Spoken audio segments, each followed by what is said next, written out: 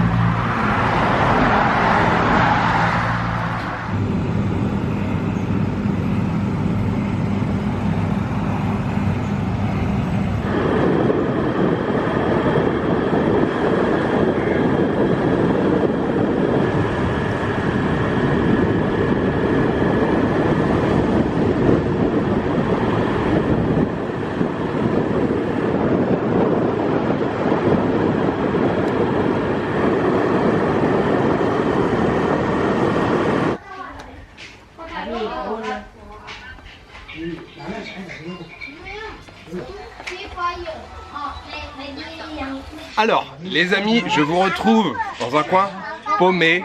Depuis tout à l'heure, je cherche un endroit assez au calme pour vous parler. Et je me suis enfoncé dans la pampa. Je suis arrivé dans un village et je suis assis là devant une maison chez des gens. Je me suis arrêté volontairement parce que voilà, je voulais m'arrêter, parler avec des gens, parler avec des tailles. Ils ont quelques boissons, c'est simplement des bouteilles de soda, Fanta, Sprite. Et je voulais pas spécialement boire de soda, mais c'était une excuse surtout pour m'arrêter. Donc voilà, je prends un petit verre de Fanta. C'est les grosses bouteilles de 2 litres, vous savez, qui servent au verre, 10 bahts le verre. Alors, je sais pas par où commencer tellement j'ai de choses à vous dire. Je vais essayer de faire court. Le lac ce matin, c'était fantastique. Mais vraiment, c'est très beau, j'insiste, c'était splendide. Alors très content d'être parti tôt. J'ai commencé la balade en bateau, il était 9 h. C'était juste bien, au niveau de la lumière c'était magnifique. Les premiers rayons du soleil qui passaient au-dessus des montagnes, qui commençaient à éclairer le lac. La couleur de l'eau, c'était splendide. Alors il y a plusieurs formules pour faire le tour en bateau. Il y a une balade de 2 heures, 3 heures, il y a aussi possibilité de dormir, il y a différents endroits sur le lac. J'ai pris seulement 2 heures, mais franchement c'était nickel. Et encore une fois, voilà, l'heure à laquelle je suis arrivé, à l'entrée là du parc où on prend les bateaux, il y avait déjà quelques touristes qui étaient arrivés. Je me suis dit, ouh là là, il y a déjà pas mal de monde. Finalement, quand on est parti en bateau, il n'y avait pas tant de gens que ça déjà sur le lac. Il y a des groupes qui arrivaient, mais en groupe, voilà, le temps qui s'installe un peu sur le bateau. Sur la balade de 2 heures, on fait une petite pause. Il y a un endroit où il y a des huttes qui sont flottantes, il y a possibilité de loger là-bas et on peut se baigner rapidement. Alors, c'est quand même très touristique, très organisé. Gilet de sauvetage sur le bateau et même pour nager un petit peu, j'ai fait trempette. Il faut quand même mettre le gilet de sauvetage. C'était magnifique, là, ces pics karstiques qui sortent de l'eau, la couleur de la flotte, la végétation sur les montagnes, c'est à couper le souffle. Vraiment, c'était magnifique. J'ai adoré. On a un peu un mélange de la baie d'Along au Vietnam, de Tam Coc aussi au Vietnam, de Guilin en Chine pour ceux qui connaissent, ou même Palawan, El Nido aux Philippines. La balade de 2 heures, c'est 1700, j'allais dire yens, 1700 bahts. Alors, c'est plus cher que les 1500 qu'on demande à l'hôtel, mais à l'hôtel, que vous soyez 6, 10, 12 sur le bateau, c'est 1500 bahts. Moi, ce que je voulais, c'était être tout seul. Donc, c'est le prix à payer pour être tout seul. Je peux me balader sur le bateau. Le chauffeur, je lui disais, ouais, tu ralentis, je veux faire des plans. Il s'arrête. Quand vous êtes 12, c'est ingérable. Vous avez des gilets de sauvetage partout devant vous. Donc, je suis très content de l'avoir fait seul. Après, ça fait une petite somme parce qu'il faut aussi payer l'entrée du parc, 320 bahts. Donc, j'ai payé 2020 bahts. Et ça fait à peu près, je crois, pas loin de 60 euros, peut-être 58, 59 euros. Donc ça fait une somme. Voilà pour le lac. Je peux que vous le conseiller, tellement c'était splendide. Sur le chemin du retour, je me suis arrêté. Plat thaïlandais, il y avait une femme sur le bord de la route qui faisait à manger, qui avait une petite cantine. Il y avait déjà quelques clients d'arrêter. Je lui ai dit, ouais, je voudrais manger ce que vous voulez. Et elle m'a fait une soupe de nouilles avec des morceaux de poulet. Il y avait quelques morceaux de foie aussi. Je me suis régalé. Vraiment, c'était bon. Le bouillon, très bon, très parfumé. Pas mal de morceaux de cacahuètes aussi. Il y avait des morceaux de tofu, du soja aussi. Ça coûtait 40 bahts la soupe, un petit peu plus d'1 euro. Je suis revenu là dans la ville principale en fait au croisement. Je me suis arrêté, j'ai acheté une carte SIM. J'avais toujours pas de carte SIM. Je suis passé devant un magasin de téléphonie. Je lui ai dit, ouais, vous avez des cartes SIM. Alors je voulais la compagnie AIS. Dans les recherches que j'avais fait, j'avais entendu dire que c'était la meilleure et surtout qu'il y avait la meilleure couverture sur l'ensemble du territoire thaïlandais. Elle me dit oui, AIS, ok. Je dis ouais, pour 1 mois c'est valable. Ouais, pas de problème. Illimité, on a aussi pas de problème. Ça a pris, allez, 1 minute. Elle m'a pris en photo, noté mes numéros de passeport. Enfin, elle a pris une photo de mon passeport. J'ai pas mon passeport sur moi parce que je l'ai laissé en guise de caution à Khao Sok, mais j'ai des scans dans mon portable. Et ouais, ça a pris 1 minute. Ça marche tout de suite. Et j'ai payé 200 bahts. 200 bahts, ça doit faire à peu près dans les 6 euros. Et ensuite, au lieu de prendre le chemin du retour, la route que j'ai pris ce matin, j'ai voulu un petit peu m'aventurer et je suis arrivé ici là dans ce village. Et quand je suis arrivé ici là, la famille c'était tout ça. Ouh là, un étranger parle pas anglais. Je lui ai dit ah, je veux juste boire un petit verre et tout. Donc je me suis installé. Depuis tout à l'heure, il y a une des jeunes filles, une qui est un peu plus hardie dans le groupe, qui essaye de traduire sur Google. On essaye d'échanger un petit peu. Je leur ai dit que j'étais français, que je restais 1 mois en Thaïlande. C'est très sympa, ils sont très curieux. Là depuis que je parlais à la caméra, là ça y est, ça s'est calmé un petit peu. Et c'est très beau la végétation. Franchement c'est magnifique. Les montagnes, il y a beaucoup de cocotiers. Il y a aussi des palmiers à bétel, beaucoup de plantations d'EBA. On retrouve à peu près les mêmes cultures et la même végétation que dans le sud de la Birmanie. Voilà, c'est déjà très long, 5 minutes 38.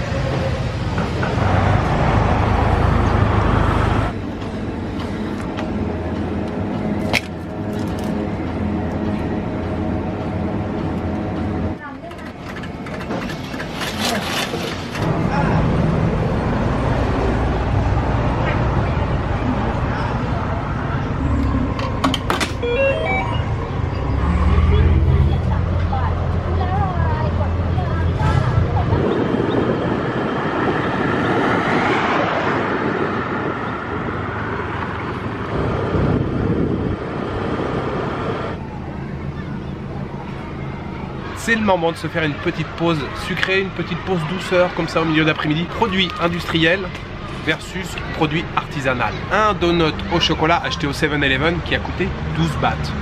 Normalement c'est fourré au chocolat. Ouais, validé complètement, c'est bon. Alors en Thaïlande, tout ce qui est dessert et particulièrement tout ce qui est fait à base de sticky rice, je crois que c'est kanom. Je ne sais pas si la prononciation est bonne, mais kanom, c'est tout ce qui est gâteau, voilà, un peu comme ça, riz gluant. Et j'ai demandé à la petite dame, celui-ci, comment il s'appelait en particulier. Elle m'a dit quelque chose comme piekpon, petit riz gluant, mais je ne sais pas si c'est aromatisé, s'il y a une saveur particulière. On va goûter. Et puis, bien sûr, des petits copeaux de noix de coco dessus, là, de noix de coco râpée. Ça a l'air assez sympa. De toute façon, je sais que j'aime ça, tout ce qui est riz gluant, j'adore ça. C'est bon. C'est très bon même. J'ai payé pour cette petite douceur 10 bahts seulement 10 bahts.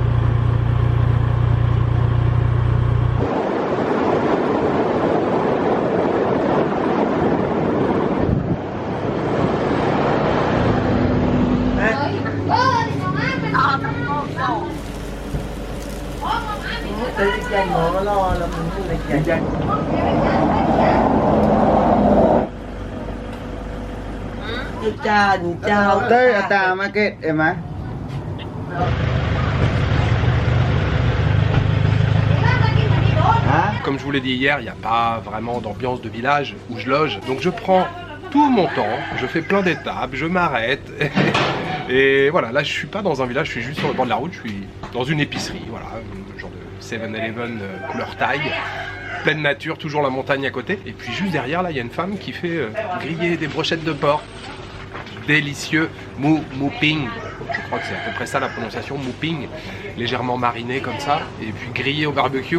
Les deux brochettes là, elles étaient délicieuses. Ça coûtait seulement 20 bahts. Ça fait dans les 60 centimes à peu près. C'était parfait, bien sûr. Je me prends une petite bière, Chang, une des grandes marques classiques ici en Thaïlande. La bière, j'ai payé 35. Une petite pause comme ça au milieu de l'après-midi, brochette de porc, bière, c'est parfait.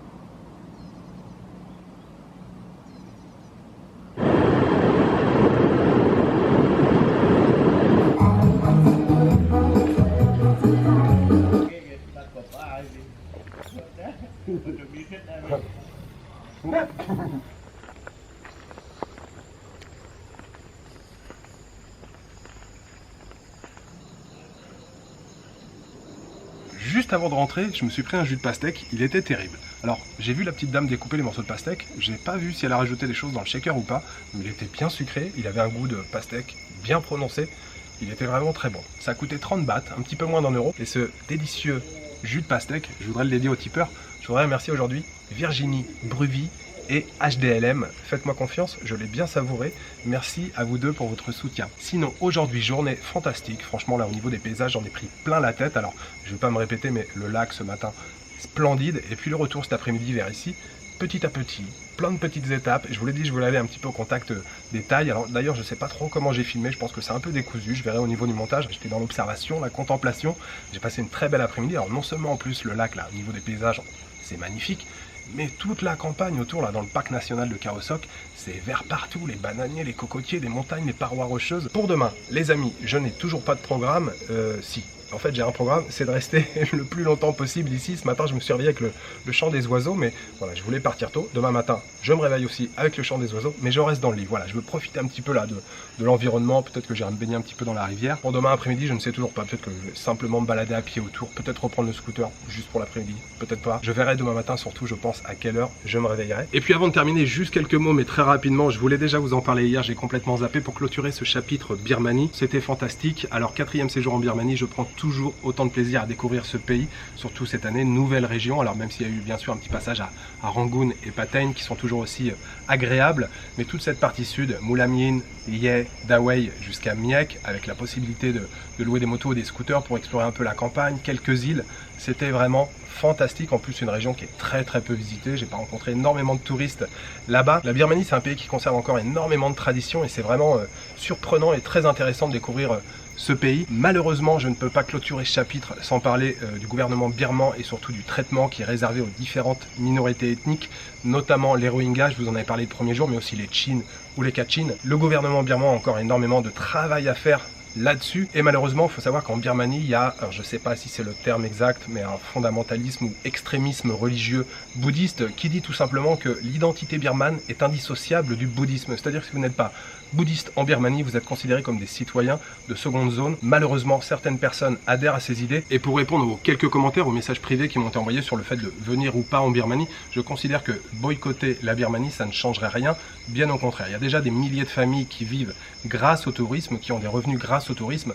Mais surtout, boycotter un pays, je pense que c'est limiter, ne plus avoir d'échanges avec des populations étrangères. Simplement, c'est inviter un peuple à se replier sur soi, et inviter un peuple à se replier sur soi, c'est l'inviter à avoir peur de l'autre, à avoir peur de la différence, et c'est certainement pas ce dont a besoin le peuple birman aujourd'hui. Donc moi, je vous conseille d'aller visiter la Birmanie, d'aller découvrir ce pays, d'aller dépenser votre argent dans les petits boubouis, dans les petits commerces, et je vous assure, vous allez rencontrer un peuple extrêmement chaleureux. Voilà, il me reste juste à vous souhaiter une bonne soirée, une bonne nuit, une bonne après-midi. Je vous donne rendez-vous demain pour une nouvelle journée en Thaïlande. Ciao, good night.